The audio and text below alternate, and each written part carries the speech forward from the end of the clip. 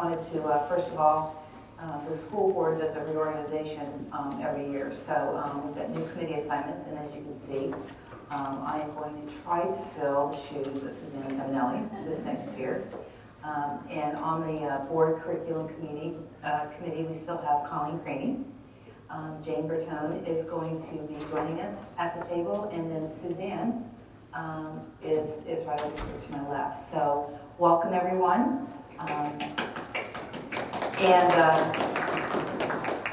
Just a real quick shout out and congratulations to Lauren Baker, who is no longer Lauren Baker. She is Lauren Heron, so congratulations. All right, if we could, can we scroll down so we have the first item of business? All right, the very first item of business is a request for proposed schedule change. We have discussed this at 3 or 4 curriculum meetings and at board meetings. At this point, I'm going to ask that we move this forward to the board, but I'm open to any comments, questions, concerns from board members and curriculum leaders here today. Mrs. Seminelli? My only comment, I guess, is assuming this goes forward, that we take some restock next year about, my concern continues to be the level of traffic that's going to be created by the secondary schools. And while I'm totally in favor of putting them on the same schedule, I think we should at least get some public feedback or do something to evaluate how we think that's going next year. All right, suggestion. Dr. Yeah, so I met with Chief McGowan, and we had a nice conversation. He doesn't believe it's going to be that terribly impactful. He's okay with the change and supportive. I did ask him about the fire police, and could we maybe use them for the first week or 2 next year? And certainly we can. We would kind of pay them to do traffic for about the first 2 weeks, just to get everybody in and out. And the other thing that I spoke to him about was flow. And he did say, kind of agreeing with us, because we had presented this to you, maybe not to this committee, but to the board, about an internal access road that would cut through West, the grass area between West and Downingtown Middle. So if you can envision the entrance that's closest to the library at West High School. You know where I am? There's a parking lot there, and there's a road, an access road, right in front, right before you get to the parking spaces. Well, if we could take that road straight into the Downingtown Middle School campus, we'd eliminate all the traffic on Rock Raymond, and he liked that, Suzanne. He thought that was a big deal, that if we could flow internally and then out onto Rock Raymond when all the kids are dispersed or picked up, however you want to look at it, that would make things a lot smoother, he felt. So that's something that we're going to need to discuss now on the 27th at our facilities planning meeting, because that's something new that we didn't even have on the list as it's not a major project, it's a little road, a little access road. But we still need its impervious surface, we still need community, what is that Callan Township? I think that's the borough. It's right on the right there, that's the borough. Is it? It's Okay. Not Coatesville. So anyway, that's So what we'll we need to address talk it about. there. All right, are there any other comments? Yes. I was just wondering if those times for elementary are correct. 'Cause at this time, that would not be a change for elementary. They are the exact times that teachers and students go now. Okay, well, that was just That's an oversight. an oversight. Okay. It's the times that you had. Okay. Okay. Yeah. 15 minutes more. All right, any other comments? All right, to the board, can we move this forward? I need head nods. Colleen, James. All right, we'll move it forward for the January 2nd agenda. And just for everybody's information, we are being recorded, and I don't know everybody's name yet, so when you speak, if you could say your name for whatever audience we have on the recording, that would be great. I appreciate it. All right, moving on to the second item, it's a request for approval of the grade 6 curricula. So Dr. McNeil, I'll turn it over to you.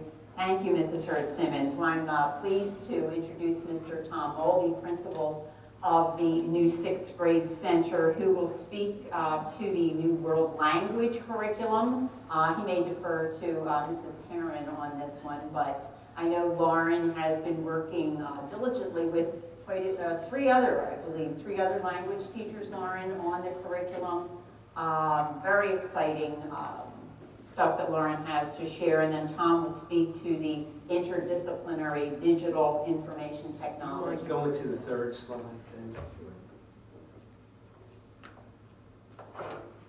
Okay. We had 3 teachers working on the curriculum writing. Charlene Bigelow for French, Sonia Legere for Spanish, and Jessica Staub for German. And it was really good because those teachers all had some AP and IB experience. And so when they wrote the curriculum, they designed it there were so many things they were integrating with this curriculum, but one of the neat facets I was sort of surprised about was how they integrated it with advanced placement and IB studies. So basically they took all the topics that the IB and the AP languages cover and backmapped them and figured out, okay, what's a great starting point? Likewise, with everything else, where we want kids to be, we backmapped everything to this introductory course. So, do you want to add to that? Yeah, as Tom mentioned, we did backmap. We took the themes at the AP and IB levels, and we connected them with the units that we're going to have for our 6th grade students. We do have a common document between French, German, and Spanish. And we are hoping to use the TPRS methodology, which promotes immersion.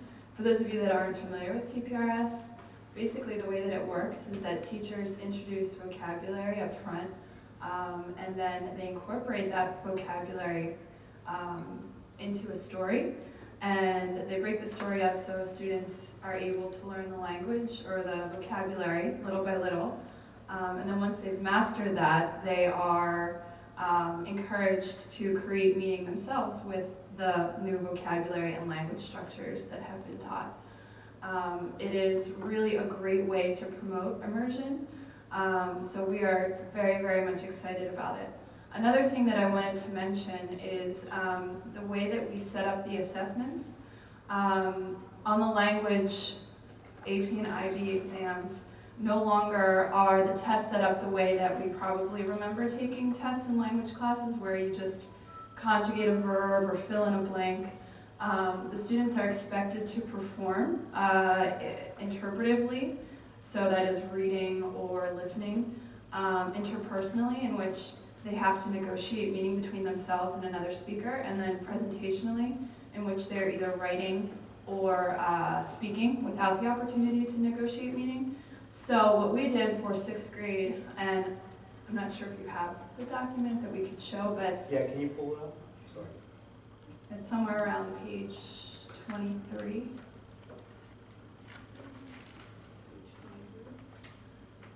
Yes.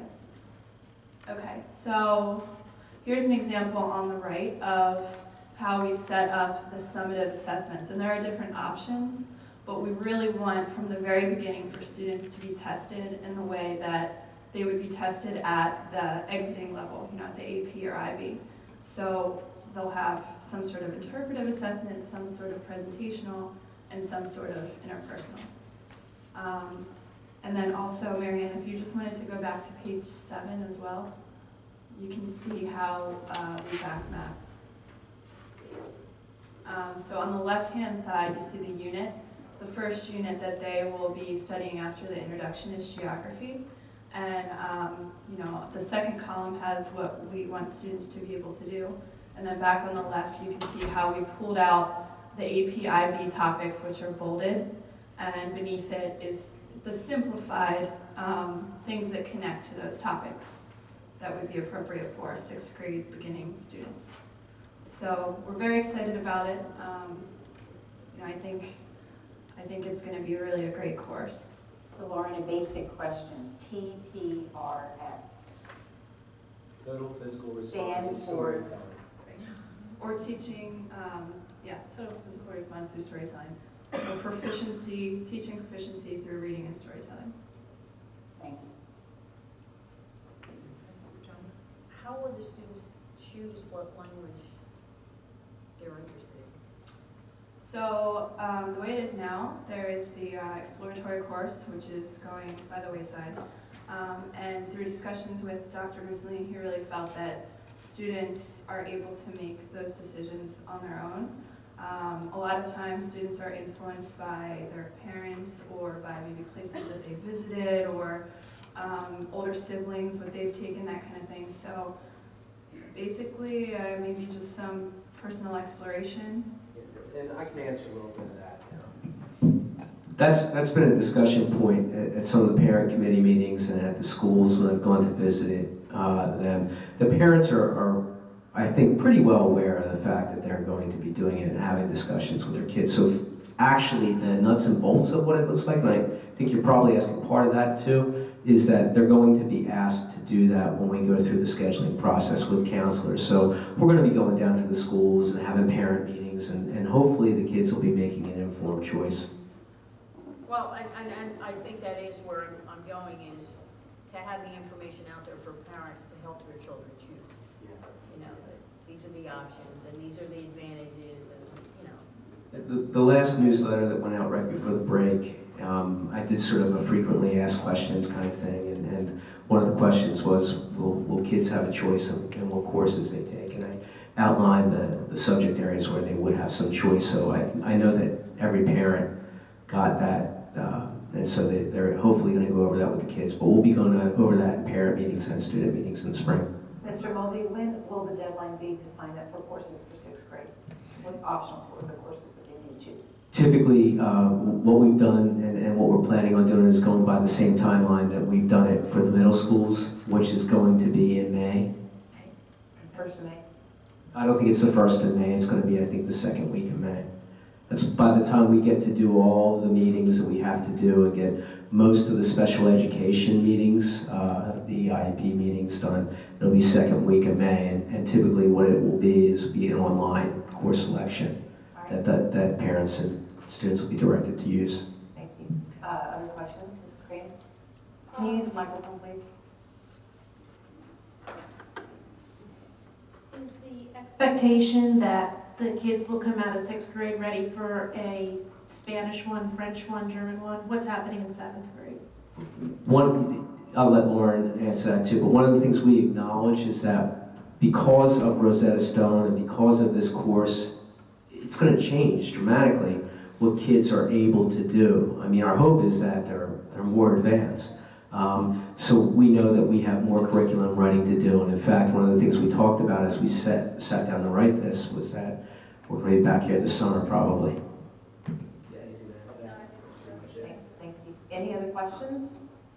I'd just like to add to that conversation about 7th and 8th grade. I think the format that Lauren and her team used to write this world language curriculum is what we want to continue for the next levels, in that you have German, French, Spanish with common themes that are back mapped from the most rigorous courses, clear expectations and outcomes in performance for a language. So there's an oral performance as well as a written performance. And these are the benchmarks that we want to hit with the next levels of language. So I think it's exciting in terms of language and what the expectations might mean as we move forward with the elementary program as well. So thank you, Lauren, very much, and Tom, for your work on this. Thanks. Congratulations. Really impressed with our curriculum writing group, especially our world language folks that really sat down and, you know, things changed from the time they sat down at the table till the time they got the finished document a lot. One of the things that we didn't talk about real briefly was the resources. Dr. Mussolini has spoken to us at length about if we are going to become a technology school, we're going to be using a device of some sort. We need to start thinking in terms of 21st century and how we're accessing resources. And one of the questions I have for Lauren, and I kept going back to her and asking it, because I get nervous about this, and I get nervous about down the road coming back to this group, this BCC, and the board members and saying, hey, we need textbooks. Was that resources? What are we going to be using for resources? And because the original thought we started out was we were going to use online resources and look for stories and literature that we could use that centered on these things that were available on the web. And I kept going back to Lauren and asking her, and she said, no, we're going to use that, because the resources that we did look at, especially around TPRS, teachers felt like there's so much better stuff out there that's easily accessible for the kids on the web. This is themes around living. These themes are, the family, themes are science, and there's a lot of online resources that we're going to be using and utilizing for this course. So there is no textbook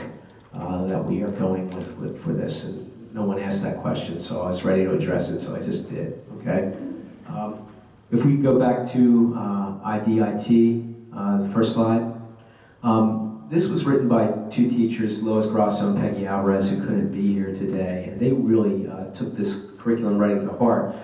What they did, once we got and announced that we were going to write the curriculum for this class, is we started to work with the teachers and had meetings and had them go to a wiki and basically list ideas that they had for their subject areas for technology infusion. What could the teachers come in and teach around your content matter that was integrated? And we left it to the technology teachers to tell, okay, what's the software, or what's the skill, or what's the app that we're going to use? What are the technology skills that were required to use? And so it started with that wiki, and then it went on to meetings with the different departments, and then it came up with, these are the things that we're going to teach within the math class, within the language arts class, within the English class, etc. And one of the neat things about this curriculum document, besides mapping all of the ISTE technology skills and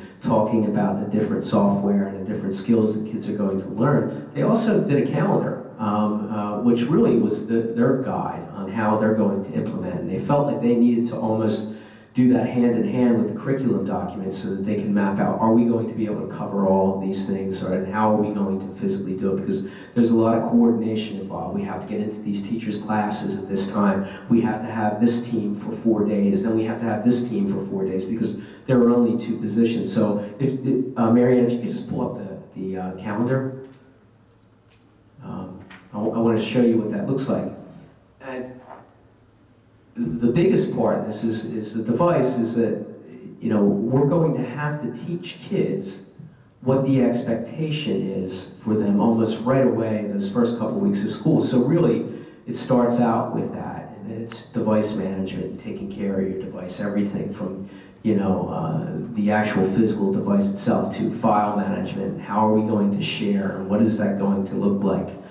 So the first couple of weeks are really going to be spent in some instruction in those areas and how we're going to implement that. And if you could go into September and October just to show what a typical kind of thing is. And then it's almost right into the subject area classrooms like language arts, and they're going to be working on this skill in language arts, and then math. And then with all of those things and getting into all of those core and some of the encore content areas, mind you, they're also going to be working on some interdisciplinary projects that we're working on next week with the Buck Institute. I've talked to you in the past about that. So there's time set aside for that where they're going to be working with multiple subject areas.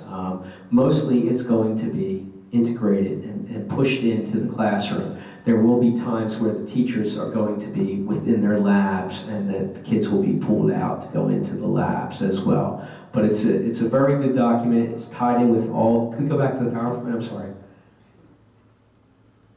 It's tied in with all the ISTE standards as well as the PA standards. There is going to be an online component. One of the things that parents have told us about through committee work is that they're concerned about cyberbullying and evil uses of technology, and we are also likewise concerned about that. And so we're going to be teaching that not only as part of this curriculum, but also in combination with the Olveus anti-bullying curriculum, which is going to be taught through advisory. Olveus part of the training is on the cyber component, which we are going to heavily emphasize through the advisory period. I think that's pretty much it. Some questions? Thank you. Hearing no questions, board members would have approval to move this forward. All right, thank you. All right, our next agenda item is the request for approval for a program of study. We're going to do East and West together, and then we'll talk about, then STEM will be the third order of business. But what we have here, I think what we want to highlight is it's on page 4. It's called What's New and Different for 2014 and 15. So I think we're going to get just a real brief update on that, hear about the Ivy Academy, and then also understand how we're going to communicate the many, many changes and great new opportunities to our students. So I'd like to hear a little bit from the guidance department or Dr. Reed or whomever. So I'll turn it over to you, Dr. Thank you, Mrs. Hurd-Simmons. Dr. Reed's going to give us just an overview, a broad look at the program of study and how it's compiled. Then Christy Burke, our cyber coordinator, is going to talk with us just a few minutes about the Ivy Academy, and then I'll just highlight a couple of key changes in those two programs of study. Dr. Reed. When you say IB or Ivy. I'm sorry, I need to enunciate. Well, I couldn't tell from either of you. It's probably Ivy.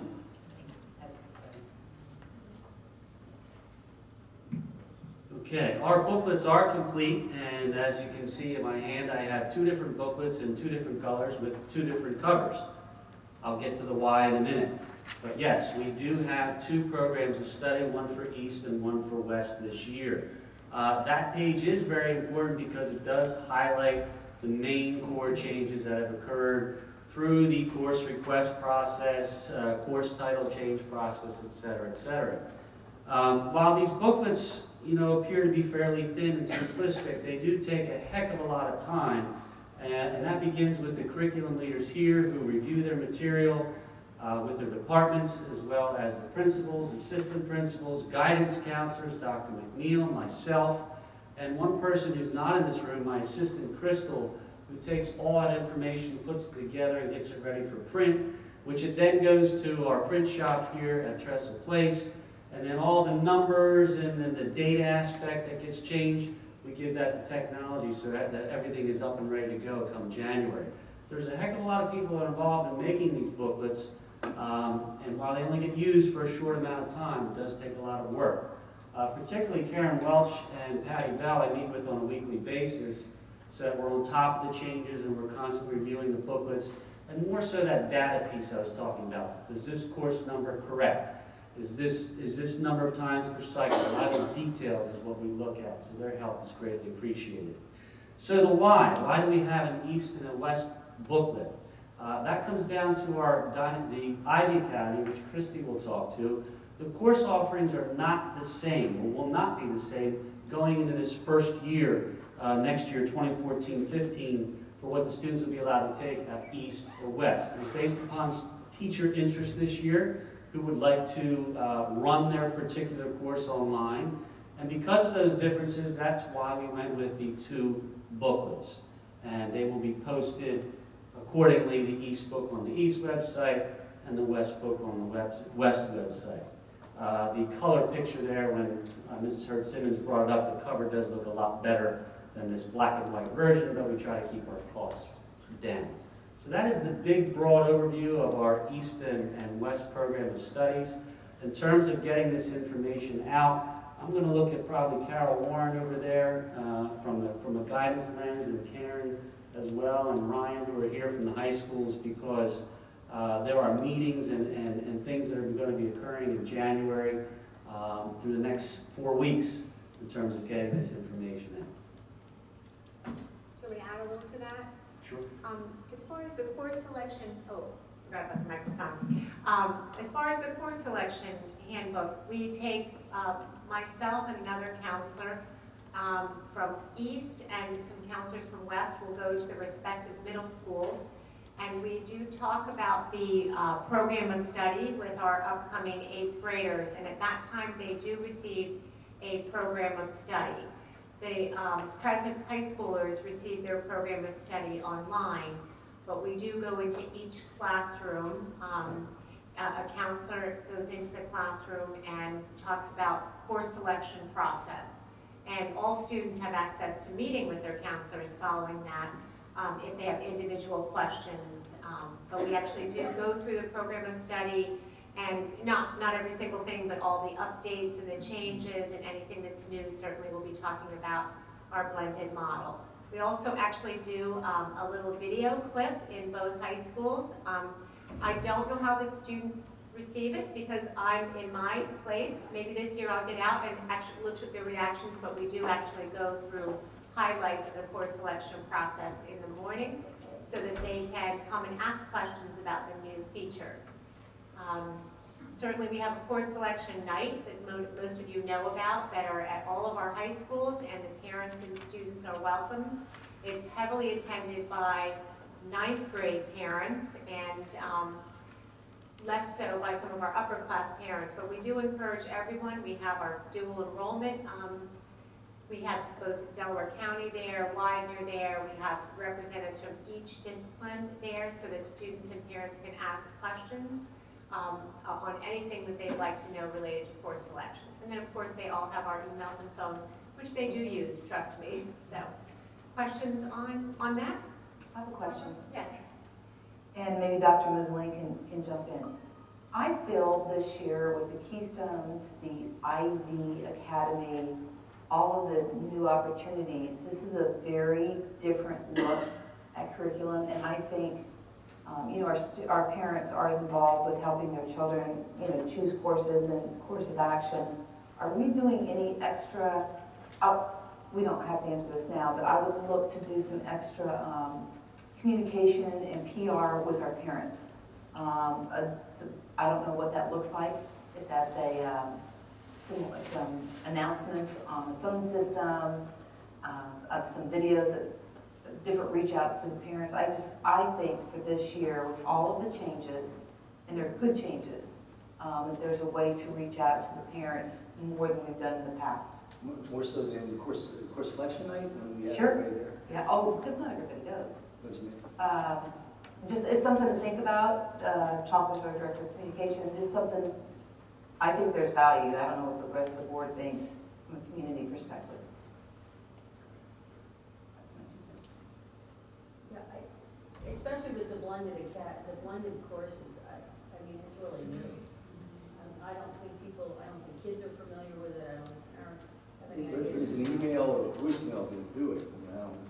I think it's fairly detailed, and it's tough to explain concisely.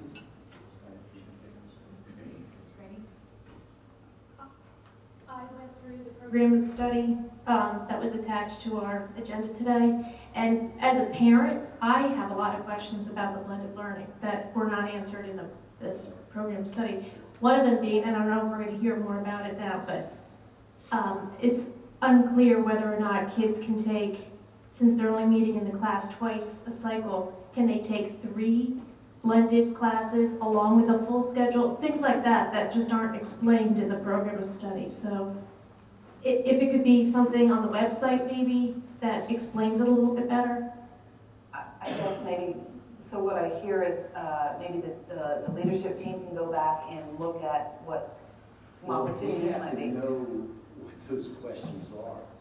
I mean, we can do that. We can certainly do an FAQ. I can come up with questions. We can get a whole bunch of questions from everybody. Can I on the address board. that? Go ahead, Christy, I'm sorry. Hi, my name is Christy Berg. I'm the new cyber coordinator, and I'm in charge of running the IB Academy, IBY, which is the new blended learning program.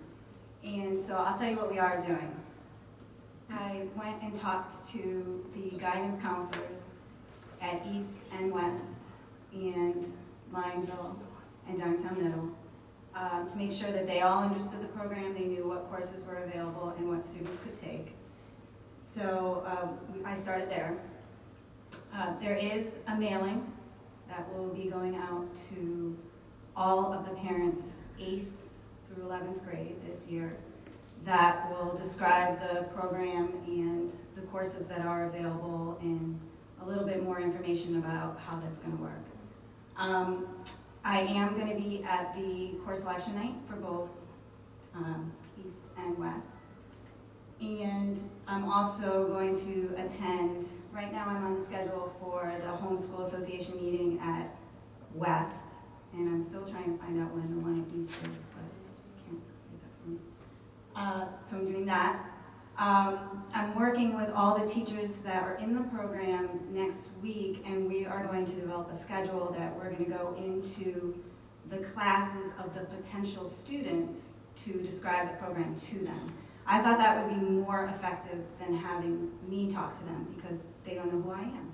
So, for example, if it's an Algebra 2 class, then the Algebra 2 teacher would go into the Algebra 1 classes to describe the program. So it'll be the teacher that will actually be teaching the class, and he or she will be able to answer those students' questions. Also on the schedule to go to talk to the middle school students at Lionville, all the 8th graders, and explain to them what courses they can take in the blended program in 9th grade at Downtown East. I'm not 100% sure I'm going to go to Downtown because there aren't really that many offerings for the 8th graders next year in the pilot program at West. But I'm definitely on top to go to Lionville. I have a Facebook page, I have a Twitter feed, I have a blog, and the website, it will go live, it's ready to go. Pat just has to make it live, and that'll have more information on there. So we're doing our best to try to get the information out to the students and to the parents in as many ways as we can. So maybe, Christy, on the website, we could have a question and We have that that, be yep. sent to you, Mm-hmm. and then we can respond. That's A frequently asked question type thing, yes, very Well, or good. questions that someone might have after they read the website, say, I have a question. Mhm. Type it in and you can respond back, or we can respond. Yes. Christy, a suggestion for course selection night, and I'm not sure if you already had this conversation with the principals, so feel free to stop me if you have. But I know that prior to parents and students going to a specific place to talk with teachers about courses, the principals give a presentation on course selection and what that looks like. My suggestion would be that you be part of that presentation so that all parents hear from you about the IB Academy and what is possible for their children, and then they'll have an opportunity to ask you directly those questions. Is there a chance for curriculum leaders to learn about blended learning? I currently have a blended learning course that I don't know anything about. January 9th, Christy Burke will be speaking to the curriculum and grade level leaders. Okay, good. Okay, I'm sorry, you said you have a what? I have a blended learning class at East. That you're teaching? No, it's in my program, but I don't know anything about it. She would have had to be fired if she was teaching and didn't know about it. And I guess one of the questions that I also had was, I was under the impression that even the person who's writing it might not be the person who's teaching it. So how does that work? No, next year, the teachers that are currently creating the courses are the ones that are teaching them. Okay. All right, so to wrap up this subject, because I think you might have another presentation about PR, about getting out to the parents specifically in the community. We heard from her. If there's any other suggestions, why don't you guys give anybody here give it some thought and then pass along your suggestions to Mrs. Burke. Is that right? So mailing to the parents is the one thing that will reach everybody is a mailing. Right. It's kind of ironic that we need a paper product to advertise a virtual class, but I think it's going to be the most effective to make sure we get to everybody. Thank you. So I guess continue with the presentation. All right, so I just have a couple of, I'm sorry, Christy, did you need to talk about the program anymore? Would you like me to? Okay, the Ivy Academy, for those of you that don't know what a blended class is, blended class really takes the best of both worlds. It takes an online component of a class where students are online. In other words, they can do it anywhere they want. They can do it late at night at home, on the weekends, wherever they would like, whatever time they would like. I like to explain a blended, and part of the class will be face-to-face in a traditional environment. And I like to explain it as giving a student more control over the time, the place, and the pace of their learning. It's a program that's really for everyone. If there's a student that is struggling in a class, a blended learning class allows that student to take more time to review the material, if they have to read more slowly, if they have to access other resources, they'll have the time to do that. They're not under the gun of having to learn something in a 45-minute time frame. Conversely, you have those students that are high achievers and maybe can learn something very quickly and don't need to spend 45 minutes on the topic, so they can get through the material more quickly. So pacing is really a huge benefit of a blended learning class. It also allows the teachers to personalize what the student is learning based on their interests within the curriculum. And it allows the student to have some flexibility. They're going to have a couple periods during the day where they may not necessarily be scheduled in a class. They can go get extra help, they can meet with the teacher, they can go to guidance, they can work on a team project together with other students. So I think it's going to be a really interesting experience for both the students and the teachers. I'm really excited about it. I think all the teachers that are in the program, and there are several here today, are excellent. They're really excited about some of the things that they're learning, the technology that they can bring into their classroom to motivate students. And you know, that's the biggest thing. Our students are online. This is the motto for the program is connecting your school to your world, because that's where they're living, and that's where we're going to go join them, where they're living. So I'm very excited about it, and I'm looking forward to explaining the program to the students and to the parents, and hopefully we'll have a lot signing up in March.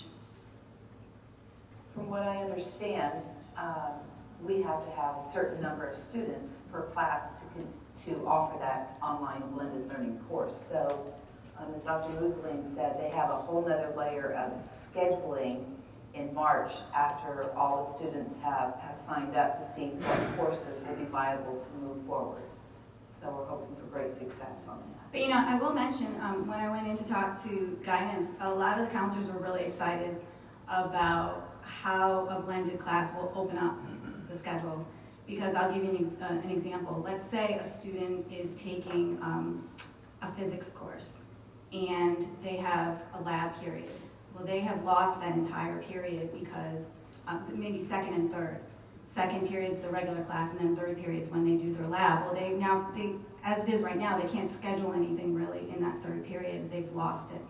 And so the counselors were kind of excited about the idea that if they had a blended class, maybe they had physics second period and a blended English third period.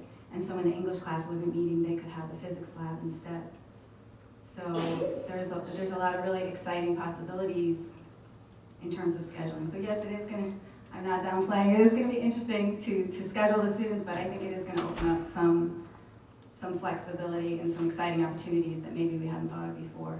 Another thought that the guidance counselors had was a lot of students want to take electives that they can't, maybe a 3-cycle elective that they can't fit into their schedule. And if they have 4 open periods for their blended class, they could potentially fit in a 3-period elective in that window. So I think there's a lot of exciting possibilities for it in terms of scheduling. Questions? Ms. Jenny? Well, the one concern I have. Can you get microphone so we can hear you?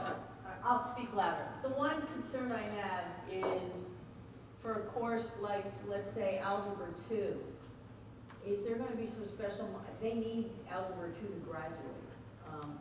Monitoring students so that if they're not doing well, we can fit them back into a regular Algebra 2 class. I mean, have we thought that through, or how we're going to?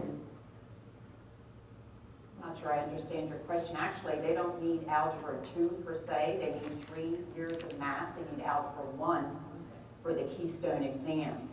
But, I mean, the course is the same course. We're teaching the curriculum. We're just using a different venue to. I just, you know, I'm concerned about monitoring the students, period, but the ones that are We required. have that, Christie, talk about the stipends, Yeah. So another thing I'm really excited about is that we have 2 really amazing librarians at East and West who, on their own, have volunteered to form what we're going to call the Ivy Academy Support Center, which will be located in the library. And so they're going to be doing quite a few things in this support environment. One of the things they're going to be doing is an orientation program for every student that goes through the academy. And also we'll have one for parents as well, because the learning management system that we're going to be using has a parent component where parents can log in and see what students have for upcoming assignments, what their grades are, and what their attendance is. So, so there'll be an orientation for parents and also for the students, and the librarians are the ones that are going to be doing the student orientation. And also they're going to have little modules that the teachers can sign up for in terms of, you know, preventing plagiarism and that kind of thing. So the librarians will be doing that. They'll also be there for proctoring exams. So if a blended teacher does not want to use up their face-to-face time giving an exam, they'll be able to give it to the support center staff to proctor an exam, which is really interesting. And they will also function, as will I, as advisors, sort of a secondary layer. And there's actually an advisor function within the software that allows me to see, if I'm an advisor to some students, same thing as the parents, what their grades are, what their upcoming assignments are, what their attendance is, and so on and so forth. So if we see a student that's struggling, we can also act as support for that student. I plan to be in both East and West for the majority of the time once we get started next year, so I can act as their advisor and help those students. I'm also talking to the librarians about possibly having peer mentoring in the library. I would love to do it all 8 periods, but we don't know if that's possible. So that students at any time, if they're not scheduled in class, can go and get extra help. So I believe that support is probably the most important part of this program. And so we're going to work really hard to make sure there's a lot of layers there to support the students that choose to do this pilot. Any other questions? Ms. Frank? Are you going to limit the number of courses somebody can take blended? No. Do we think that kids are going to be graduating after 3 years because they'll have enough credits if they take many blended classes? Well, I'll take that. We hope so. We're not anywhere near that. But I hope we can graduate early. We can graduate in January. As we move from blended to cyber, that's even going to be more prevalent. So all that is way out in the future, not next year. But yes. Yep. All right. Any other questions from anyone in the room? Comments? All right, I'll ask the board, shall we move this forward? So Mrs. Hertzog, before we leave the program of study, there were just a couple of details that I wanted to point out that Dr. Reed did not mention, or you did not mention when we were talking about the what's new.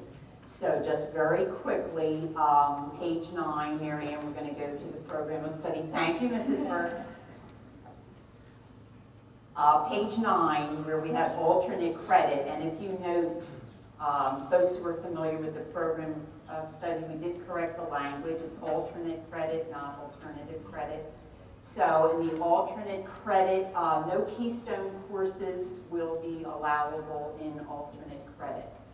So, and we have identified specifically in the program of study which are which are keystone courses. We go to page 17. All of the English courses in grade 10. Okay, 17. Okay, so there is 10th grade English. Every course that a child takes in 10th grade English is designated as a keystone course, since we're giving that keystone literature exam at the end of 10th grade. With mathematics, page 28 identifies Algebra 1 and Algebra 1B as the keystone courses. Is this East or West booklet? This is the West booklet. She might be in 28 of the PDF, we might be in 28. Okay, on Program of study. Okay, I'm on, all right. So, page 20. So there's biology, the keystone course. The two math courses are Algebra 1 and Algebra 1B, not 1A. I wanted parents and students to be clear about which course was the keystone course. We thought that was important. And for science, it's the biology keystone. While you're on that page, Marianne, we'll speak to the description of course levels. As you can see in the bottom of column 1 under science, we describe AP, and then if you scroll down, or the next column, I'm not sure, Marianne, where it is there.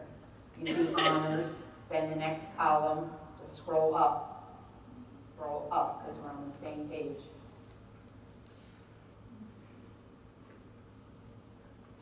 Up, level 1 and level 2. So the levels are described, and we were very careful to make note that the curriculum is the same for students. The difference is the level of independence that a student might demonstrate in mastering the curriculum. So we might need more support for children at the different levels of classes. Level 2 courses, we limit admittance into those courses, so there's a caveat that principals, an administrator, would need to approve the student in a level 2 course. What we want to make sure is that children are getting the same viable, rigorous, Common Core aligned curriculum regardless of the course level that they take. The other change that I wanted to point out was on the last 2 pages that I have, 44 and 45, we've listed all the advanced placement courses that are offered in the district. Marianne, 44, there we go. All the AP courses that will be offered in the 14-15 school year, and then the dual enrollment courses, regardless of the provider, are listed on page 45. There they are. Okay. Thanks to the curriculum leaders who did a yeoman's job in revising what needed to be revised. Carol Warren, who worked tirelessly with me on the beginning section of the program of study. Hopefully it's clear. Every year we try to make it as clear as possible for parents. But again, course selection night and the presentations that principals make that evening, communication with parents verbally via guidance counselors and teachers. Curriculum leaders are in this communication cycle as well. So hopefully the more people involved in the creation of the program of study, the better the communication will be out to students and parents. All right, thank you. So I will ask the question again to the board. Can we move this forward to January 22nd? Thank you. Congratulations. It's a very nice document. Great opportunities. We're very proud, thank you. All right, we are going to try to move some things along here. The next is a request to approve the STEM program of study. And from my understanding, the key change here is, I think it's page 2, and it addresses the graduation requirements. I don't think that was in the program of study last year. Are there any other major changes? That's correct, Mrs. Hurd-Simmons. The only two things, page An example on page 21, Mr. Campbell had brought to us last month his proposal for new higher level and standard level IB courses. So those new courses, which were approved by the board in December, are listed in the program of study. And here on this page, you see the IB psychology. The next page is IB IT, information technology and a global society. Those are just two examples of the courses he brought to us. And then on the last page, page 69, Mr. Campbell has identified the STEM practicum requirements. So those were the changes. Unfortunately, Mr. Campbell couldn't be here. He's traveling to NASA to see the STEM students project be finally sent into space. So he sends his regrets. All right, are there any questions to the STEM program of study? All right, hearing no questions, board, can we move this forward? Suzanne? Can we move it forward? Move it forward? Thank you. All right, the next subject matter has to do with elementary math supplemental support. The item where it says instructional aids for the remainder of 2013-14 has been board approved. We are moving forward with that, so I'd like to ask Dr. McNeil to talk about the proposal for math coaches for next year. Thank you, Mrs. Hurt-Simmons. Mrs. Hickey, that's not the right document, but I'll speak when you find the other one that has math coaches on it. So the reason this is on the curriculum and resource approval is because the notion of continuing math support and what that might look like was a discussion item among a group of administrators in early December when we met around the topic of math supplemental support. At that meeting were present elementary and middle level principals, assistant principals, and central office administrators and board members. And we talked about the supplemental support at the middle level and what that looked like. We talked about the notion of aids that were going to be in place at the elementary level in the 14 school year. And were aids really the answer to some of the struggles that we were seeing? Is it the program that is causing these struggles? So we asked a lot of questions about what exactly was causing the difficulty with math this year. Yes, the program is very new. Yes, some of the struggle with the assessment was different. But what is it? What kind of support? What did the support look like that would help us bolster the capacity of mathematics in the district? So one of the suggestions was the notion of math coaches. So when we talked about that, we hearkened back to a few years ago and said, remember, maybe about 6 years ago, I'm not sure, maybe some in the room would remember, we had math IST. And those folks, we had 3 of those folks, and they were distributed among 2 buildings, no, 1 building each. I think we were going to grow them. But that program kind of fell flat, and after 2 years, the position was abandoned. So as we were talking about the notion of a coach, we said, well, we have elementary IST, and those IST are focused mostly on reading and behavior type issues. So they do a lot of behavior support or reading support, language arts writing support. And those folks have their plates full with the language arts and the behavioral support students, intervening with them. So are aids the answer? We don't know. We haven't put aids in yet. We're hoping to train aids, but is that really it? So the idea of a coach and what a coach would do, we thought, well, coaches could model lessons, they could provide expert guidance, they could lead training sessions, But we kept coming back to, is this just something we need to get over the hump of a transition to a new program? Or is a math coach really a position that is needed at the elementary level? You know, at the middle level, we have an RTII look to math support, where we have the MathX course. So what we thought the best thing to do was to bring this idea to Curriculum Council for some conversation. Because whenever we think about positions, we have to think about, is this a temporary position to get us through a transition? Is this a permanent position, which of course would be evaluated like any other position that we add, we would evaluate it or program, but would we consider it a permanent position?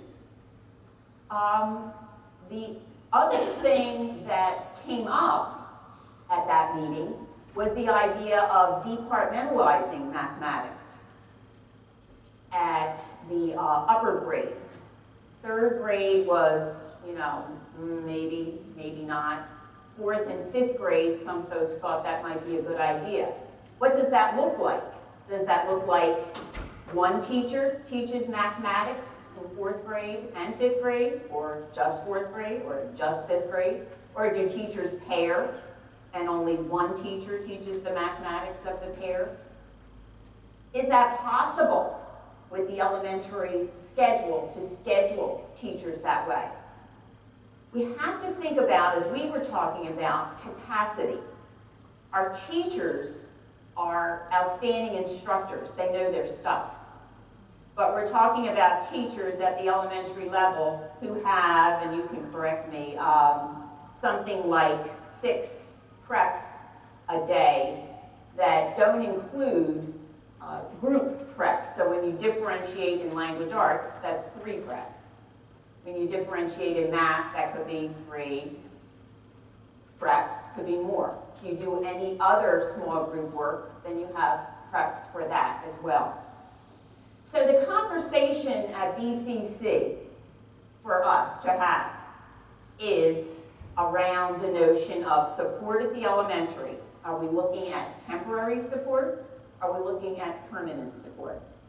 Are we looking at bolstering teacher capacity through 1 or 2 teachers at a grade level teaching mathematics so that they could be the folks getting the professional development in mathematics and focusing their professional development?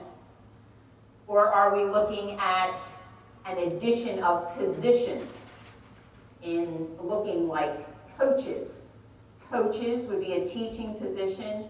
We estimated that to be probably in the range of $75,000 per teacher, about. If we shared those coaches between 2 buildings, that would be 5 coaches. That would be approximately, ballpark figure, $375,000 annually for coaches. So I put this to Curriculum Council. I don't know if any of the other folks who were present at the meeting would like to add to anything, anything I have mentioned, just to add some detail.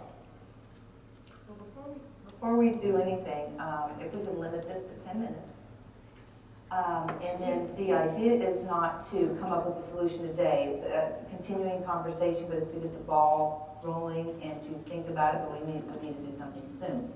Thank you, Mrs. Hertzemans. Yes, because I really would like to take conversation here, along with some of these ideas from that meeting, to the elementary principals, and have a conversation with them as to what they see as the most feasible plan for the elementary students and teachers.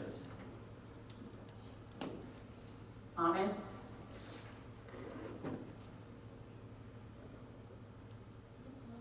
Mrs. Leggett. I wasn't at the meeting that you referred to, but my my thought is, you're talking about coaches and you're talking about IST that we had in the past. And I think of a coach, I think of someone that's helping the teacher. I think of IST, I think of someone that's helping the student. And at this point in time, we need both. Teachers are still learning, they're still getting professional development. They're always going to need extra help with the students.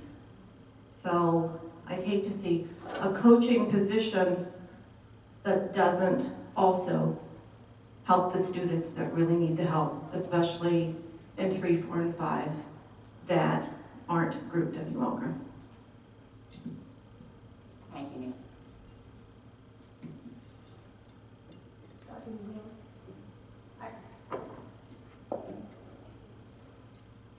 The concern I continue to hear is the diversity of the group, is reaching students at so many different levels. And I don't think I don't know what the answer is, but it goes back to the elimination of grouping that I still think everyone is struggling with. When you have children that are ready to go forward and children that are still struggling, everyone in the classroom is now being heard. So I don't know what the answer is. I'm not sure. I'm not convinced that coaching is really, maybe a long-term impact might help, but for right now, today, I'm disappointed to hear that the aides aren't trained in getting into the classrooms already. I know we pushed it through December in hopes that they would be starting this week. So, well, Mrs. Bertoni, Dr. Lawless gave us a little update this morning at our Tuesday meeting. The principals did have to, the job had to be posted after board approved it. Then there had to be interviews. Principals had to make a determination after that. Do I want to add hours to someone who might have a few hours that I trust? So there's that whole process. But they are ready. Maybe Dawn would like to speak to that. I think she mentioned that she has her person ready to go. We need to get names from the principals. We don't have all of those names yet because Kelly Byrne is ready to get those aides together to give them some training on the Math and Focus program, because we want them to go forward with some kind of common understanding and common toolbox of things that they can do with children based on the program. So this all takes time. And that's fine, and let's see if that works, if that's a help. I have no problem having further discussion, but I mean, we're realistically talking about another $500,000 a year permanently for a program that was supposed to be better. I'm just kind of scratching our heads because particularly in math, our students were already doing pretty well. So I'm struggling with all of this, Yes. personally. Thank you, Mrs. President. Can I speak on behalf of the elementary? We're just delighted that the help is coming, that this is such a huge job for us to undertake and do well. The teachers are just beside themselves at times saying, I'm working so hard, but I don't know what else I can be doing. So any help that's coming, we appreciate. Thank you, Mrs. Wilson. Mrs. Egan?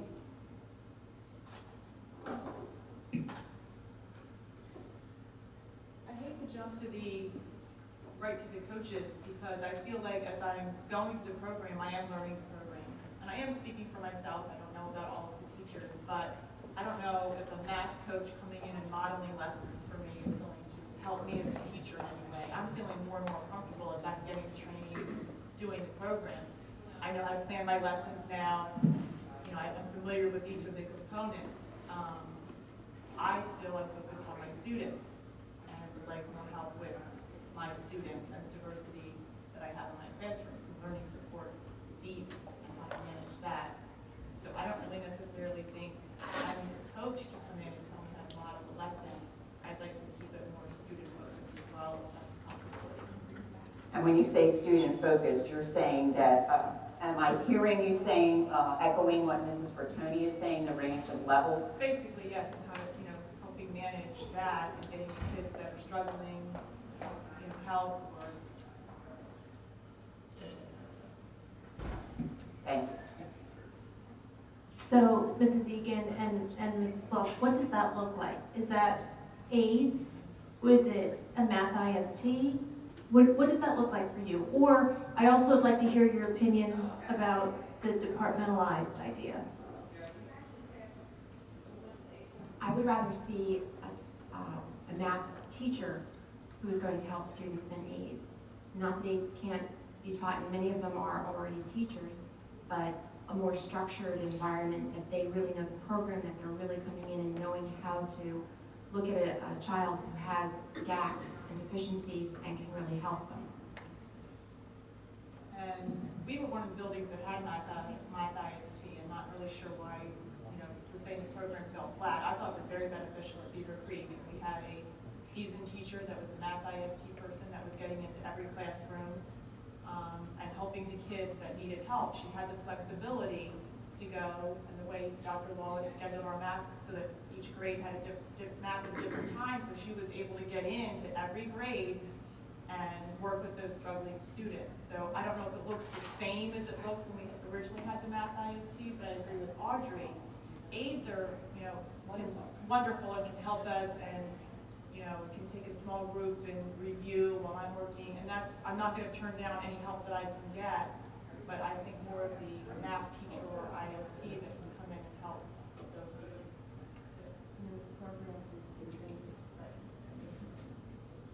Right.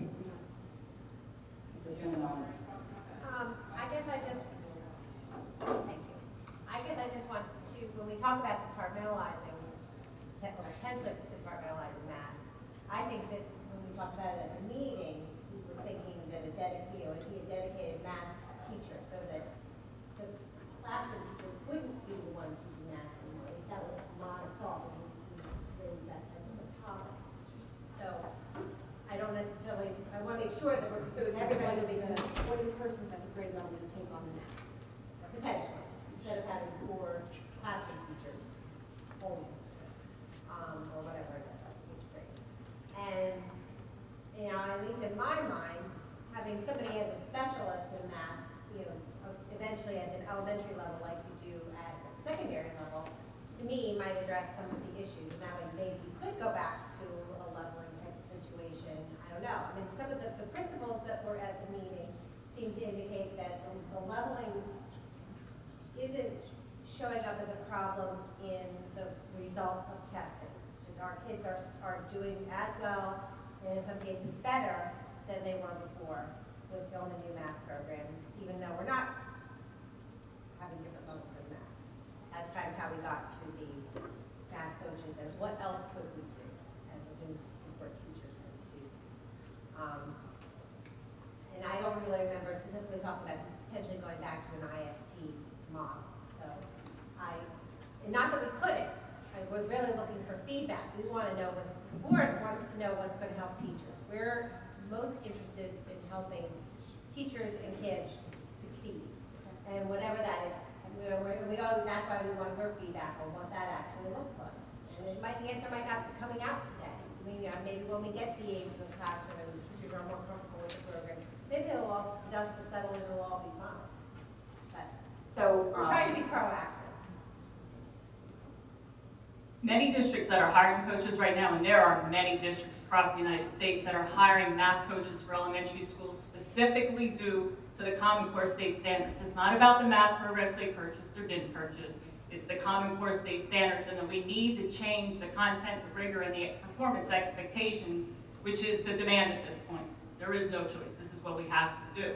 But when they're hiring these coaches, they're filling both of those roles. They coach the teachers so that the teachers get comfortable in the content so that they can better instruct the students. However, they are also helping in that quote-unquote IST role with the students who are struggling a little bit and just need that little bit of attention. So they are serving dual roles. It's not like in the past where you had IST and they dealt with struggling students and you had coaches and all they provided basically professional development for teachers within the classroom and modeling lessons. A lot of the coaches that you hear about now are taking on both of those roles. I also don't think it would be effective having to share files between 10 buildings, just because of the needs within one building. I know I'm a taxpayer in Downtown, but that's how I feel. Suppose I were to have group discussions with the elementary grade level leaders, with Kelly Byrne, Karen Sullivan, with the elementary principals. And then what we will do is put our collective heads together and come back with some recommendations. I do think that I would be remiss if I didn't say this is just January 7th. And already I'm hearing grade level leaders speaking to the fact that they're feeling better about implementing the program. We've made some significant changes in what we've been doing. The grade level leaders have been instrumental in communicating that with their grades of teachers. We have professional development coming up next week after next. I think with every time we have professional development, when we come together and have discussions, when we communicate, we're feeling better about what's happening. We are communicating with parents, and Kelly's going to give a brief update on that. So I will have conversations with folks, and I will bring recommendations back from those groups of stakeholders if that suits Curriculum Council.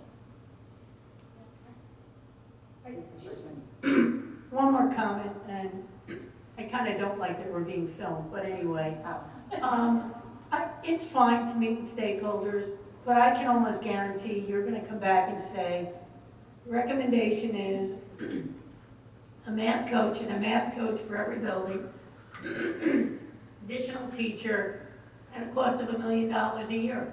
And I just don't think that's realistic, given that we have a budget we have to prepare for with taxpayers. Because you can have a taxpayer group, and I guarantee if you got that taxpayer group together, they'd probably say 0% tax increase. So I know we're never going to make everyone happy.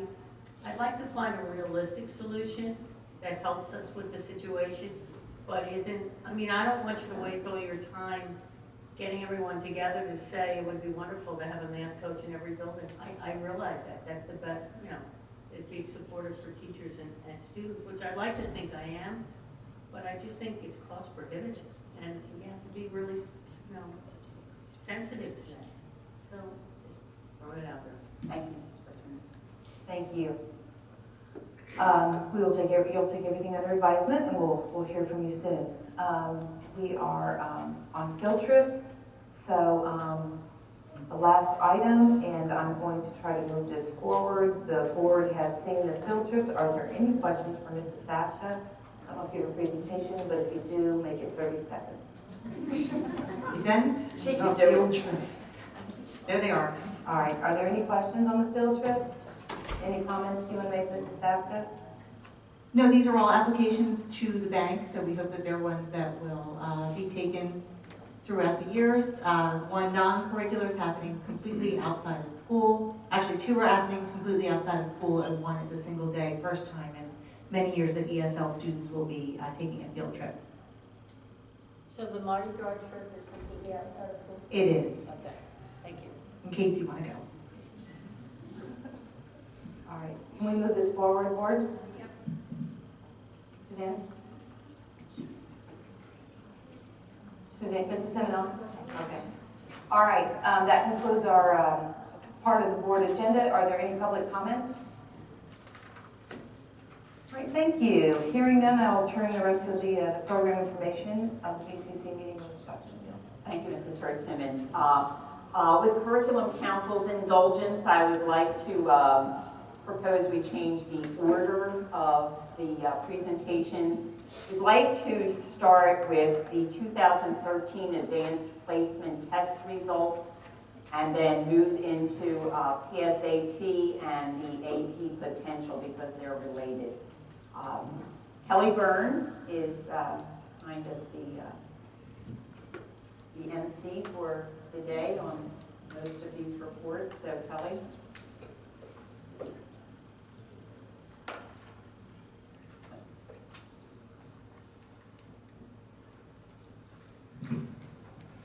Okay, the 2013 Advanced Placement Test Results presentation will be about East and West AP results for the prior year. It also includes results and comparisons to 2011 and 2012 results. There was some question as to how things look prior to allowing access for more students to take these tests, to take the courses in the test, and to see what we're performing at this point.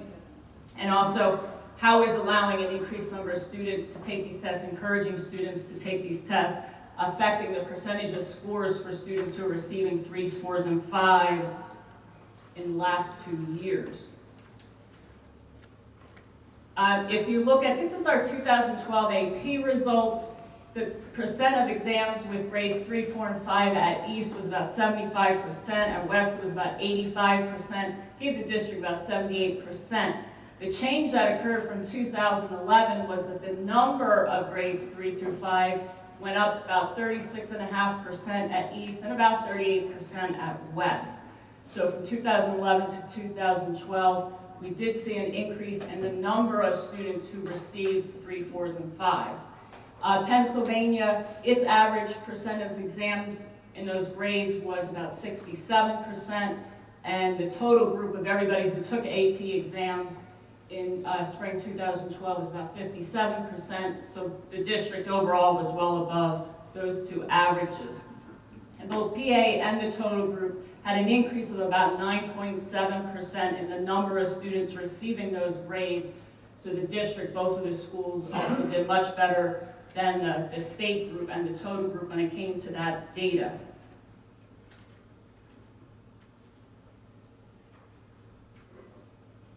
Our 2013 data, if you looked at the percent of exams that received 3, 4s, and 5s at East, was about 77%. At West, it's about 75%. For the district, was about 76%.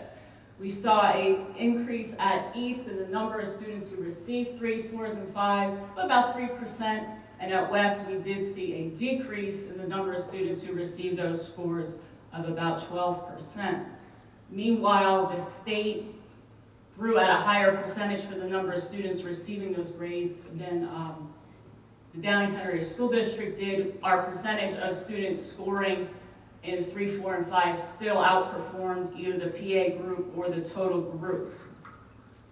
Could it have been that the year before we kind of at that point plateaued? We hit the highest we were going to hit, and then we took a little dip, or we plateaued and stayed a little stagnant. Or, you know, some people have said, was that the STEM effect, the students going to STEM, it was the first year, and maybe that was it. So at this point, we really don't know. And something we have to keep in mind with this data, we really need a few years watching this data in this given situation to really see what happens. And we can't take the data from a year or two and say, oh, there's definitely a trend, we showed an increase, we showed a decrease, or something happened. It's just the data at this point. But I would expect the scores might go down some because you have students who wouldn't have taken an AP exam before taking it now. So Right.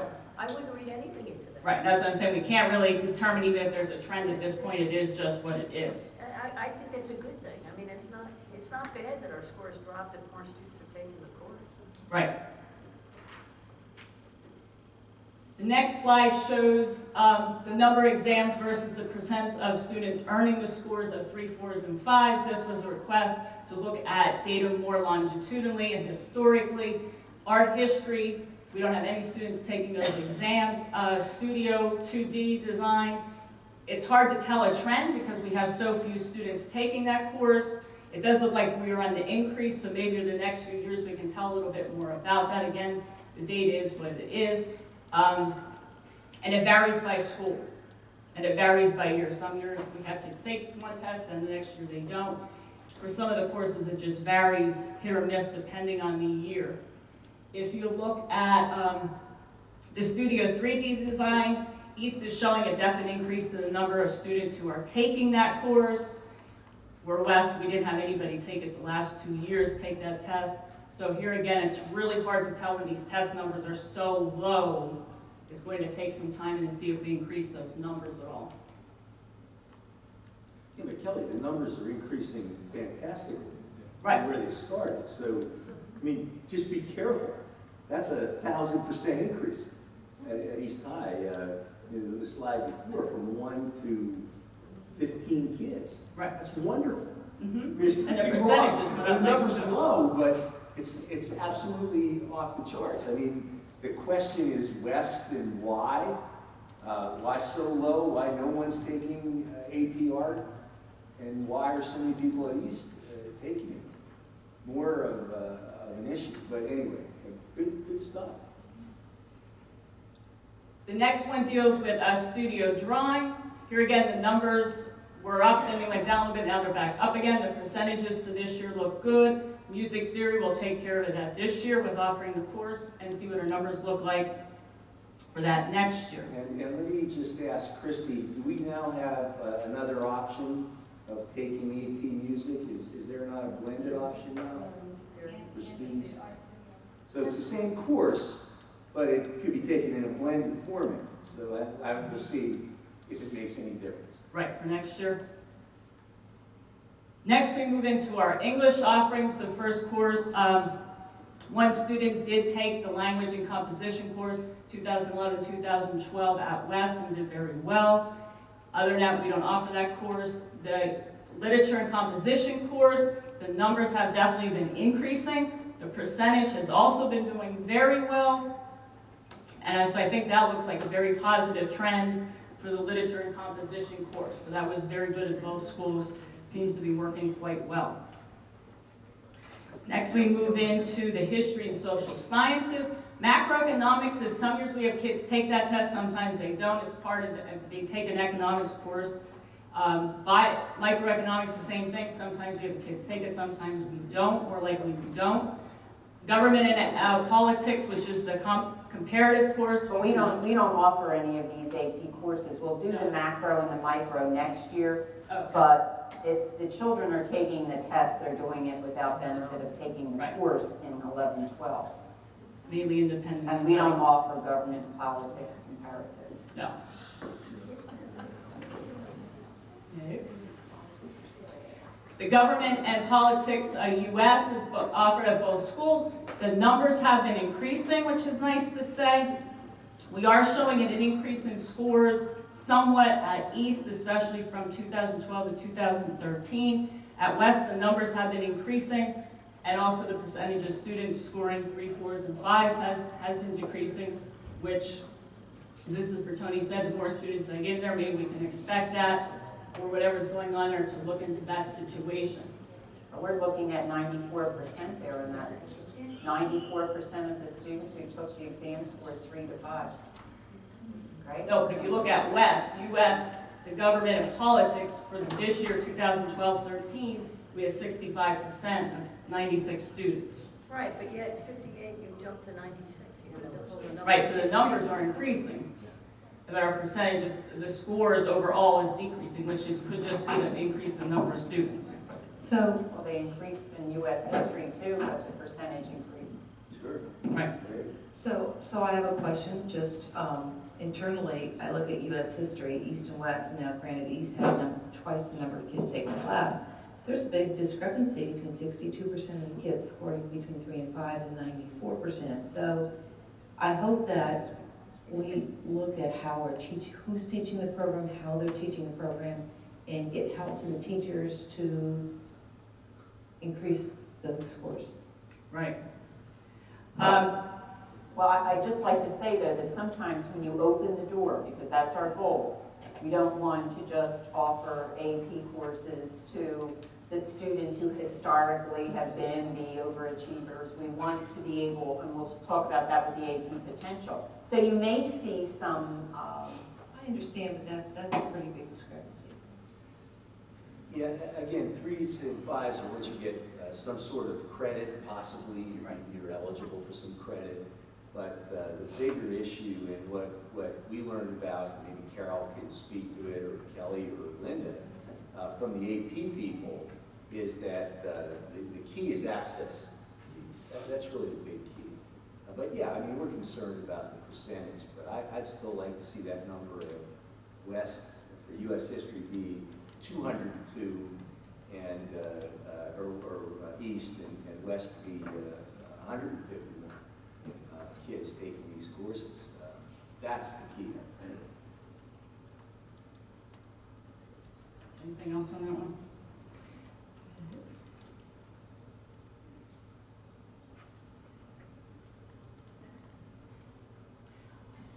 World history is, of course, not offered. Human geography is not offered. Psychology is this year. We did have one student take that on his or her own in 2011 and did quite well. Mathematics and computer science seems to be a little mixed bag as well, because East has the course, West does not, so if students are, or what? It's running at West this year. It is running at West this year, this year. So our prior years, the students took it, they took it on their own. Wasn't it blended? It was, yeah, it was videoed. Yeah. And they went back and forth one year, so it's been all over the place. Yeah, it's, So it is good to hear that. Hopefully we can get more students in there, because when we look at the AP potential, there is a need for that course. Our calculus AB looks at the East has been increasing in numbers, some years more significantly than others. And then again, on the flip side, we are seeing a decrease to 66% of students scoring 3, 4s, and 5s. West, the numbers went up a little bit, as they did at East for AP Calc. They did go down again this year, and the percentage for students performing at 3, 4s, and 5s in AP Calc has also decreased. Could be, again, due to the increase in the number of students in that course. The students taking BC Calc at East has definitely increased. It's almost doubled. And the percentage has stayed basically about the same, which is really good news. We increased the number of students taking the course, and we kept the percentage of students getting 3, 4s, 5s about the same. Increased it actually a little bit, which is really good. West, the numbers of BC Calc students has also been increasing, and the percentage of students getting 3, 4s, and 5s decreased slightly, but 88% is still a very good percentage of students getting 3, 4s, and 5s. Statistics. It seems like we took a big jump in the number from 2011 to 2012. We did take a hit, a little bit more one school than the other, in the percentage of students getting 3, 4s, and 5s. The number of students backing off in 2013 dropped a little bit, and again, the percentages seem to have dropped with the number of students who are enrolled in taking that course. Next are the sciences. Biology at East has definitely grown, as has the percentage of students who are getting 3, 4s, and 5s. So here again is a course that grew in number and also increased its percentages of students getting those higher scores. The number of students at West is definitely not the number of students at East taking biology. They've stayed pretty stagnant, decreased a little bit. However, last year they had 100% of their students who took the test, which is a lower number than the students at East, did get 3, 4s, and 5s on the test. Chemistry, the number at East went up and then it went down in 2013. The percentage still remained strong, but it did decrease. At West, the percentage went up and then it went back. The percentage is strong, but it did decrease from 2011 to 2013. Environmental science is, of course, not offered in the past, so we don't have data for that at this time.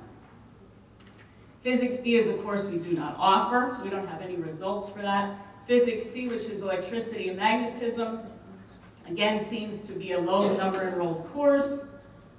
We have been increasing the number of students taking that course.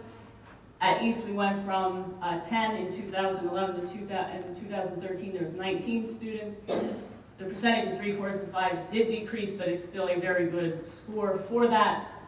At West, the percentage of students taking that, the number of students taking that course stayed about the same. And unfortunately, the percentage of students getting 3, 4s, and 5s did decrease. Mechanics at East has increased a little bit. The percentage is still good. And at West, it stayed about the same, and the percentage did decrease, but it's still pretty strong. Next is going to be the world languages and cultures. Chinese we do not offer. The student who took it did well in 2012. The West, the East students who are taking French, which again is up and down, it's not that many. 100% all across the board in the 3 years for percentage of students, 3, 4s, and 5s. West, the number of students who are taking French has doubled every year from 2011, which is very good. However, the percentage of students getting 3, 4s, and 5s in 2013 is not as good. German is decreasing, as is the percentage of students who are getting 3s, 4s, and 5s, and the numbers are not that high. At West, they are definitely not that high. There's only a handful of them. However, they did all get 100% in those 3 years. Italian is a course we do not offer. Again, the student who took it in 2012 did quite well. Japanese, we don't offer. Latin, we don't offer. We did have 2 students take it in 2012, and they didn't do well. Spanish language, the numbers here again have been up and then they went down, they came back up. Fortunately, our percentage of students getting 3, 4s, and 5s has been very good at East. At West, the numbers have grown, but unfortunately the percentage of 3, 4s, and 5s has decreased. And the literature part of Spanish, we do not offer. Any questions on AP results? And what I plan to do is that keep this data rolling so we can start to see longitudinally and how things work out. Anything on that? All right. Okay, so related to the AP results is what Kelly's going to share with us next, the AP potential report. In mid-December, we had the opportunity to participate in professional development that was led by a College Board Representative Stephen Zori, who happens to be a parent in Downingtown. So there were administrators, guidance counselors, and our core area curriculum leaders present. And what we learned was how we might use this AP potential report to benefit students who might not otherwise take advantage of AP courses. So what the report does is to analyze students' PSAT results, and on the basis of that data, project which AP courses the student demonstrates the potential to succeed. So Kelly's going to take us through a report. Our curriculum leaders were present so that they might share results with their departments of teachers, so that teachers might have conversations with students who, especially those who might not otherwise consider an AP course. So, Kelly, thank you. All right. Doing the statistical work, what the College Board has determined is that there's a strong correlation between students' PSAT scores and their AP exam results. So they took the two, they found there's a very strong correlation between the two of them.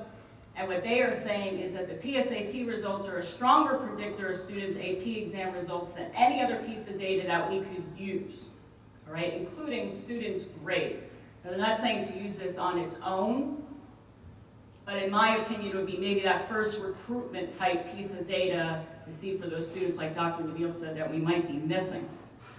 We can adjust the likelihood of these students who they say have AP potential, but what they're looking at is the likelihood of earning a 3, 4, or 5 to being 40%, to being more or less than 40%, so 60%. So they want to make sure that that student has a chance, at least a 60% chance of getting a 3, 4, or 5 just based on their PSAT scores. Now there's other things that come into that factor, such as motivation, prior coursework, the teacher efficacy of the teachers in the course. But College Board is saying to set your mark or your benchmark at 60%. However, if you're a district that's maybe small and can't handle all the students who fall in that 60%, you can adjust that report to be any percentage you want it to be. So maybe you say, well, we can't fit all those kids, so let's take the benchmark and move it to 70% and see how many students that would be that we need to put in AP courses. Because here again, it involves training of teachers, it involves space, it involves a lot of different things. It's not just saying, well, let's just offer more sections of something if we don't have people trained to teach those courses. So AP Potential is the tool that helps schools identify students who may be ready for the challenge and rigor of AP courses. Like I said, it's based on their PSAT scores, and it's a way of identifying students who they say have high potential. That's 60% of earning a 3 or higher in an AP exam. Next.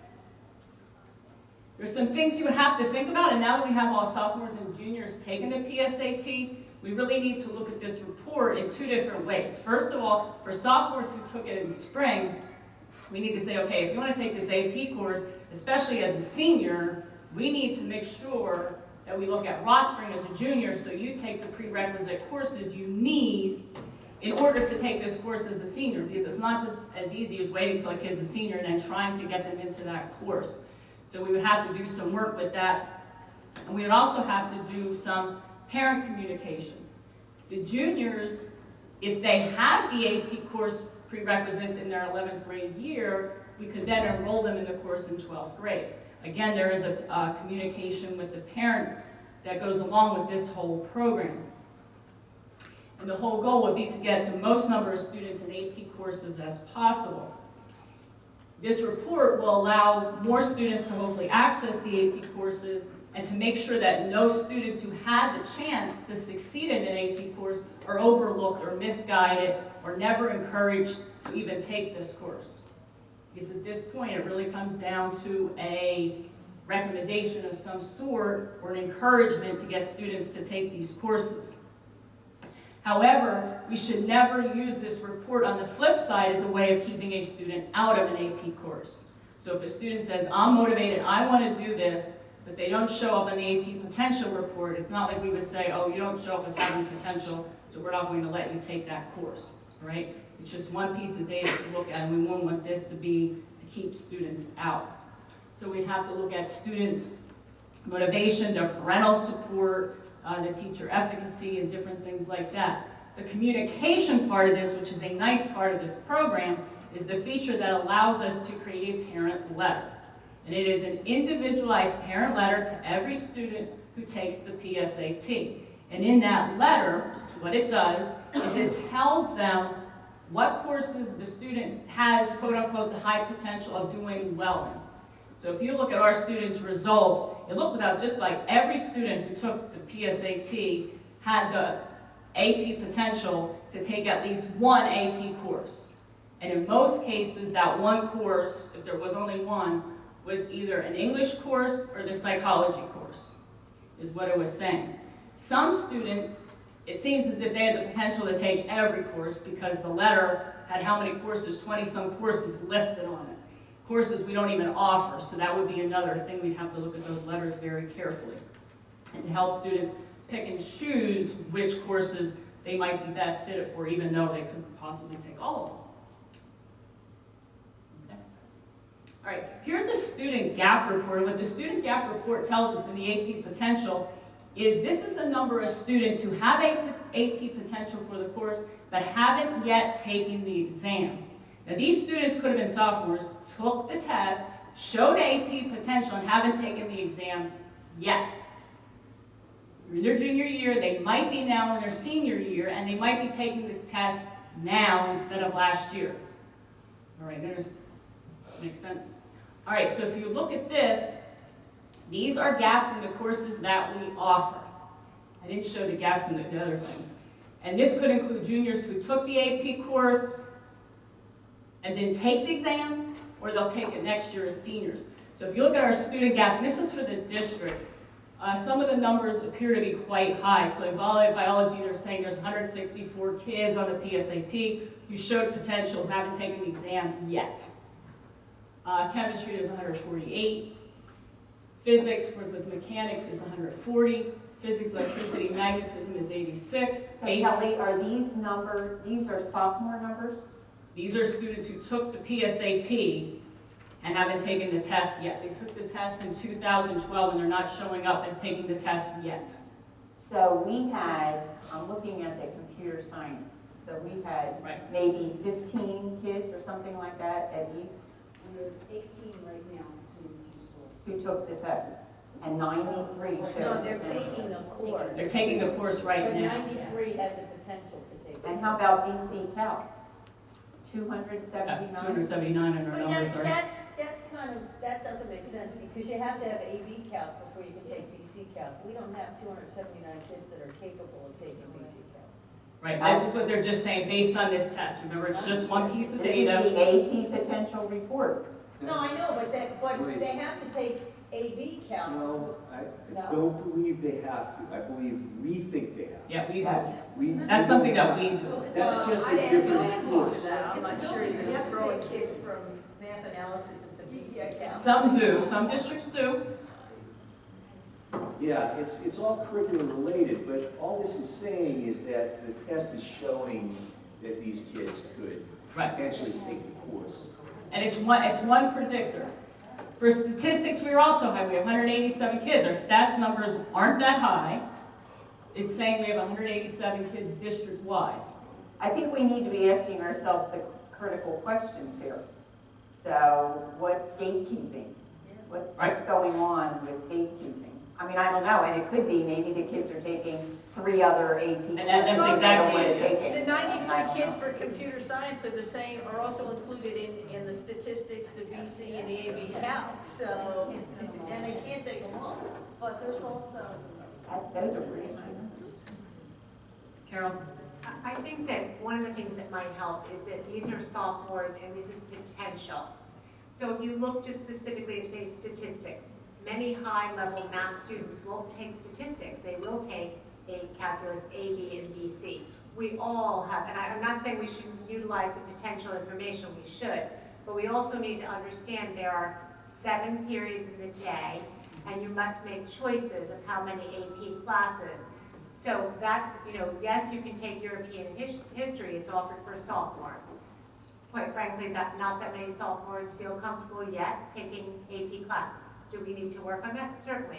But they all are not going to choose European history. That's not an area they may be interested in. They may be a math science student. So we have to remember that this is potential. And many of us have unlocked potential that we want to speak to our students about. But we also have a day that has 7 periods in it. So we have to remember that as well. So these are the sophomores, not the These juniors. are sophomores, right? The juniors took the test also. Right. They could be in those. Yeah, they're in classes there. And not having taken the test yet, though. Right.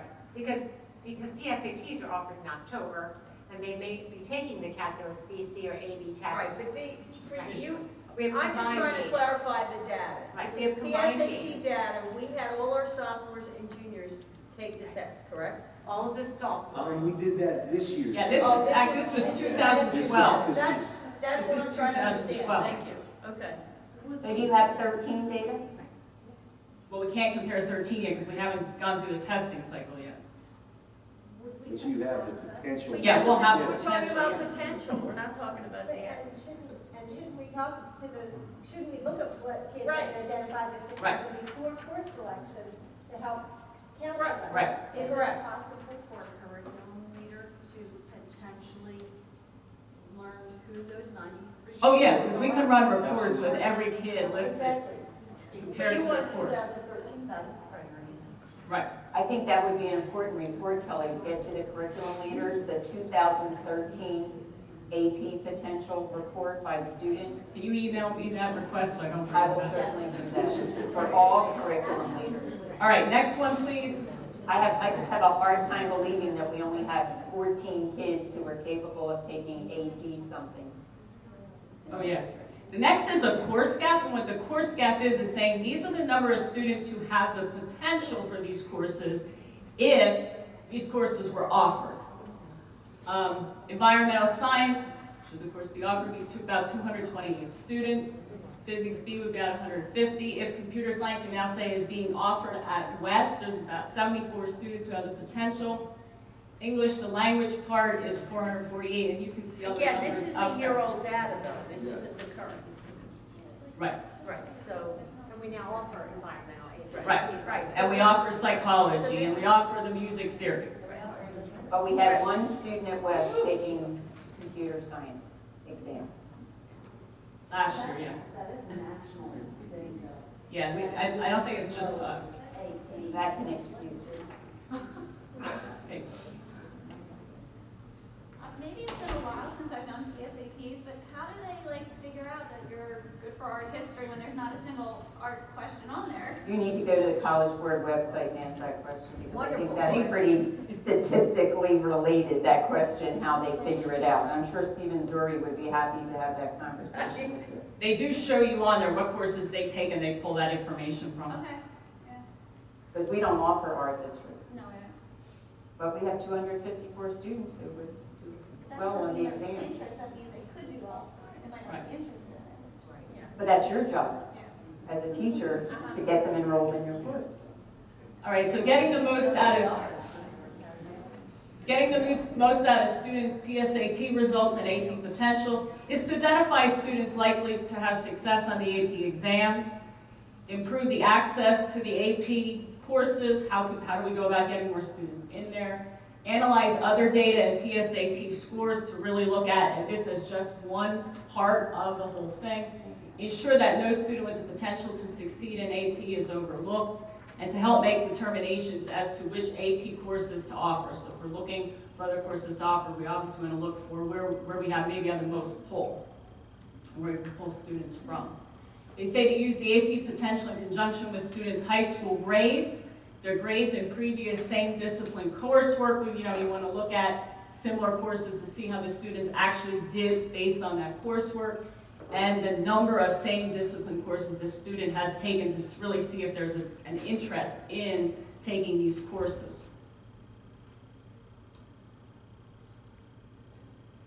Anything else?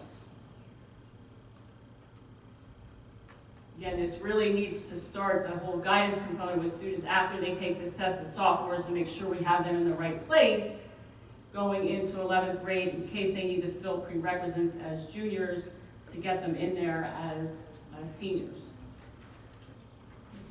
I just think, just like everything else, like another important component of this is to communicate to the parents that, I know I was pretty impressed with the packet that came with the PSAT results, but I didn't necessarily have time to sit down and go through it all. I think if there's a means for counselors and teachers and principals to communicate with parents, to encourage them to look through the data and understand what the implications of that data can mean for their kids, and especially, again, going into course selection. Would it be worthwhile, Mrs. Simonelli, because I know Mrs. Warren is very well versed in what this looks like from the College Board website, which has a link for parents, as well as the Naviance website, which the counselors use in conjunction for career-related exploration with students. If we were to have another set of program information directed toward parents, would that work here, or are you thinking in the building that would be better? I'm not sure what the correct way to convey it is. It may just be, a memo on the website, or, and something that's mentioned at course selection or right before course selection. I'm not sure, not being in the role to put that into action per se. I just think, again, especially when it's your oldest child going through school, you don't know what you don't know. I wonder if this handout, Mrs. Simonelli, that I did give each of the board members one of these handouts, and there's a stack on the table. Maybe something like this, we could get more of these and distribute them to the buildings to go home to parents. Yes. And the letter was just sent home based on this PSAT data. The letter was just mailed to all parents with the AP potential information specific to their child, identified in that letter. That was mailed maybe a week, 10 days ago. So I think, most parents would have received it by now. So that at least, whets their appetite for looking into it further, and maybe looking into that information that comes home. I have a question. I'm on the website right now. I just pulled up East under counseling. Where is it under the website? Where would it be, or if it's not there, I guess we need to add it, but would you just go to your grade level if you were a parent to get information about this on the website? Regarding AP information or Yes, AP classes? all of this. We can add a link. Actually, I know that Chris Wink is trying to add those little links where you have the icon, and we could have one that says AP that parents could click on. She's been working with Pat to get those identified icons you could click on and get the AP potential. On all the guidance websites. That'd be great.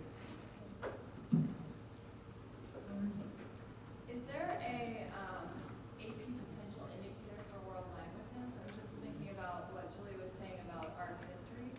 That there's somehow they can predict students that should be taking or could be taking the art history class. Is there anything that exists for world languages? Email me that as well, if you could please, so I remember to look. I think Stephen Zuri said no. Yeah, one of them was a no.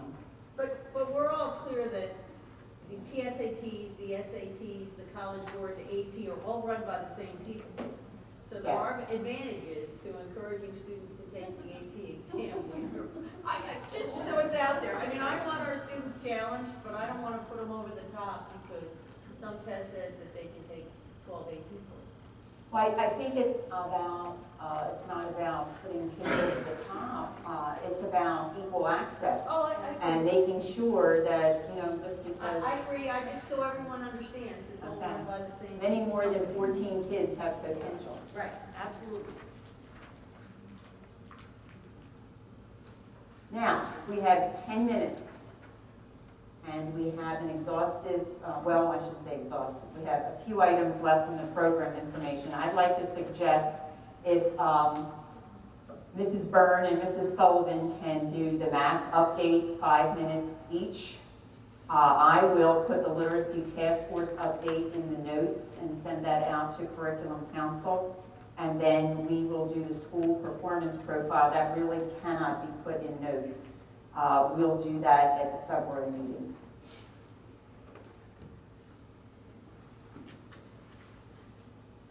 I'll try to talk as fast as I can. All right, the Math and Focus implementation update. Next, before we finish the first slide. All right, December 11th, the early dismissal included teachers hearing about the BCC notes. After that, they did, for 2nd, 3rd, 4th, and 5th grade, grant students and parents access to the previous grade levels materials on Think Central. That was a request that came out of the parent university meetings. Parents had asked if they want to help with the transition gaps at home, could they please have access to the prior or the previous grade levels materials on Think Central so they can help their children with that at home. They then also went over the revised professional development plan, which much of the rest of the year includes training of analyzing upcoming chapters to make sure the test items are aligned to those standards, to work on built-in questioning strategies, to work on partial credit so we have an understanding of all what that should look like. If there's partial understanding, this is the credits that students should receive. To take a look at the level of the questions that are on the test. Are they skill questions? Are they application questions? We already, at the most grade levels, pulled off the novel questions. What are the content knowledge needs for that chapter? What haven't we done in the past that we really need to take a look at for this year due to the new change in the standards? And also dealing with filling transition gaps based on content and performance expectations, and use the online transition map to do that. They talked about Math and Focus successes, also about retesting and how that's working, and worked on creating quizzes so that we start having a bank of things that we can use for quizzes across the district.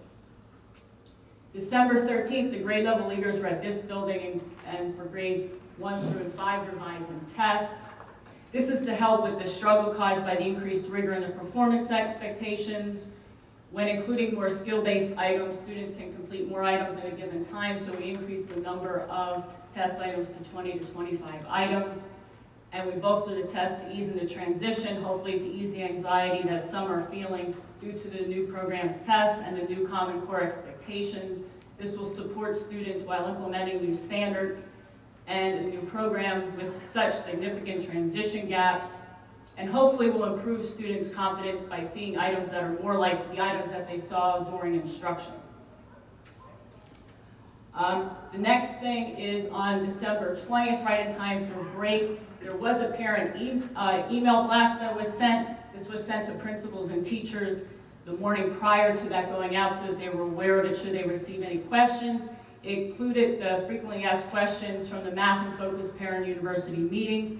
It also included our very own video with our teacher and student stars from Downingtown Area School District doing Math and Focus in their classrooms. A huge thank you to Pat McGlone and her student assistant Emily for doing a great job of going out taping classes and creating that video. Another big thank you to Stacy Fisher, Bobby Filiaggi, Kathy Tomlinson, and Kristen Young for agreeing to have them and their classes videotaped while doing Math and Focus. I also wrote in that email blast about having access to Think Central for the previous grades for 2 through 5, and to remind parents that students have access to Study Island in grades 3, 4, and 5, and that both Think Central and Study Island were wonderful resources for students to work on over the holiday break in order to keep continuing to develop their knowledge and content knowledge in mathematics. Mrs. Byrne, your time is up. Mrs. Sullivan is going to have 5 minutes. Put the remainder of that, Kelly, if you could, in the notes section. Karen. Okay, beautiful, okay. An update on middle level, I gave you an update about 3 weeks ago, and then we had 2 weeks off, so there's not a whole lot here. If you go to the next slide, please. First of all, the teachers really appreciate the time that they've been given to work together on our early dismissal days. And what we're working on there is planning, creating common tests and adapting tests, implementation timelines for how we're going to do the curriculum, and strategies and materials for filling the gaps. And next slide. On our December early dismissal, just to give you an idea exactly what we did do, we worked on the Common Core-wide changes in math instruction as an article to look at for a reference. And then we spend time with the middle level working on big ideas planning, discussing our recommendations, how we're going to do those for next year, working on common tests, filling gaps, and planning for pacing and implementation. I asked the teachers to send me comments specifically about how Big Ideas was going. And these are them. I'm not going to read to you. I'm going to show you one set of comments from 6th grade, 7th grade, 8th grade, and then Math X. But you can see that the comments are becoming positive. I took them directly from their emails, so you're not hearing my filter on what they're saying. These are what teachers said to me, so you can take a look at that. If we can go to 7th grade, seeing the same kind of thing. I want to comment on the 4th one, just to be clear. It says we're not perfect by any stretch, but the Math 7 students are doing very well. And what that's referring to is the Math 7 students were our on-grade students prior to this year. So they're seeing a lot of success, or this particular teacher is seeing a lot of success with her Math 7 students. You're going to see references that gaps still need to be filled in. And the 8th grade, again, teachers seem to be pleased with the way things are going. One teacher is commenting that he feels his students are going to be more Keystone ready than they were before. And the final one that I have here is from the Math X teachers who are our support.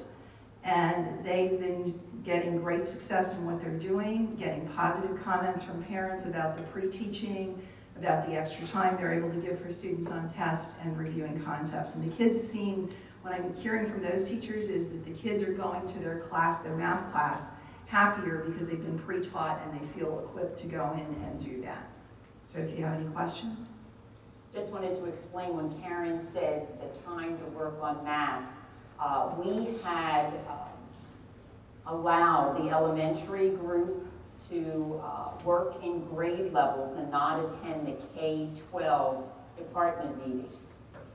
The middle level math folks were granted the same benefit as the elementary folks. So the middle level folks are not going to their grade level meeting every other month. Instead, they're meeting as a math department each month so that they have additional time to work with Karen and Kelly on what they need to do to shore up the math instruction. And that is really appreciated, so thank you very much. Thank you for your leadership.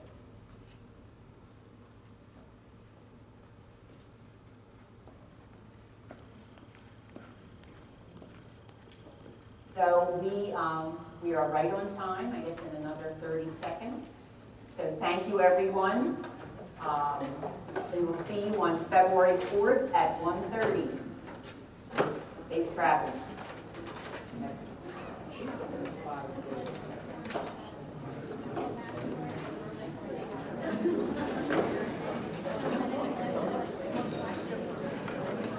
Yeah.